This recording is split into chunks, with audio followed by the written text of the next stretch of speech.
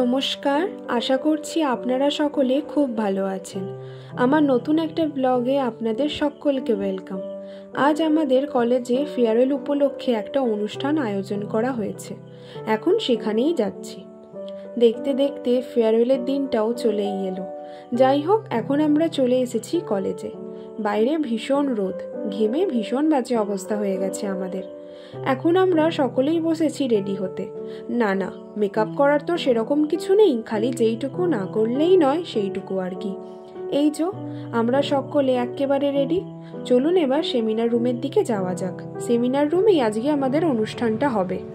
Seminar রুমটাকে কি সুন্দরভাবে আমাদের জুনিয়র্সরা সাজিয়েছে খালি দেখুন। Hats off to our juniors. আর এই দেওয়ালটার কথা তো না বললেই নয়, কি সুন্দরভাবে প্রত্যেকটা স্টুডেন্টসের নামগুলো খালি লিখেছে দেখুন। ভীষণ সুন্দর, তাই না? এই যে আমার নামটাও খুঁজে পেয়েছি। May you always shine from reels to real. বাহ, বেশ সুন্দর লাগলো।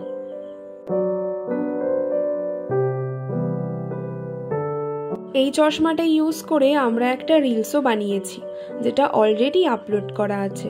আপনারা চাইলে দেখতে পারেন। গান বাজলে কি নিজেকে আর ধরে রাখা যায় বলুন? ব্যাস, আমরাও শুরু করে দিয়েছি।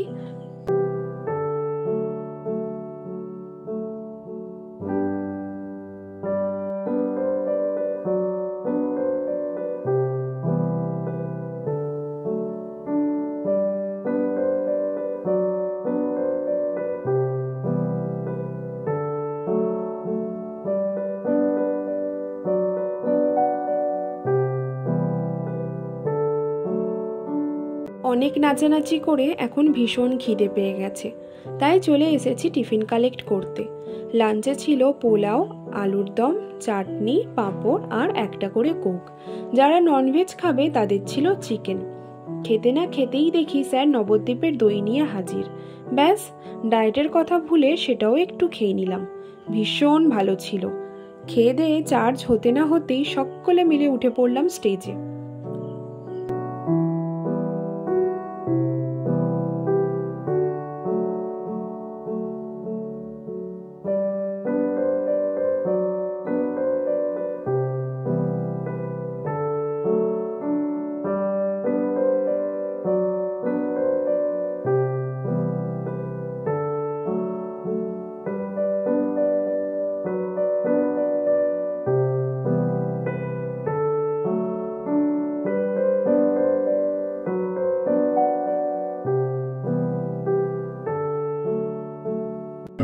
আর এরা ওরকমভাবেই আছে। আমি শিওর এই তিনজন বুড়ো বয়সেও এরকম রিল বানিয়ে যাবে, যখন 65-70 বছর হয়ে যাবে তখন বেরিয়ে যাবে। ঠিক, when talking about friendship and relationship, we have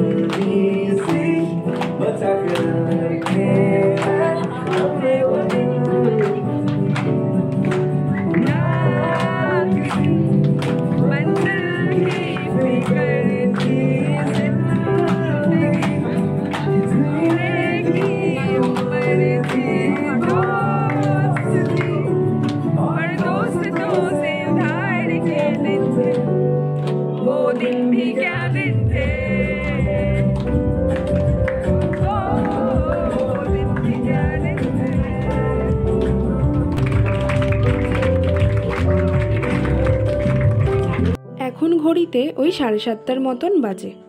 না, আজ বাড়ি যাওয়ার সেরকম কোনো তাড়া নেই।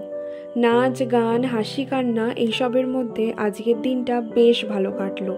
লাস্টবারের মতন বেরিয়ে যাওয়ার আগে ক্লাসরুমগুলোতেও একবার করে ঘুরে গেলাম। সত্যি কথা বলতে বিবিএ কমপ্লিট করার পরেই সঙ্গে সঙ্গে আমার এমবিএ করার কোনো প্ল্যানই ছিল না।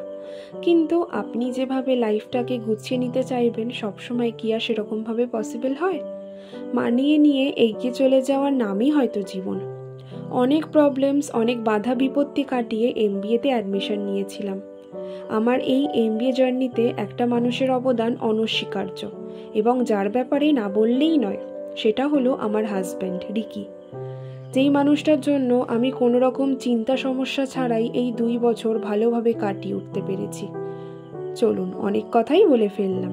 আজ তাহলে আসি, দেখা হবে আবার নতুন একটা ব্লগে। টাটা।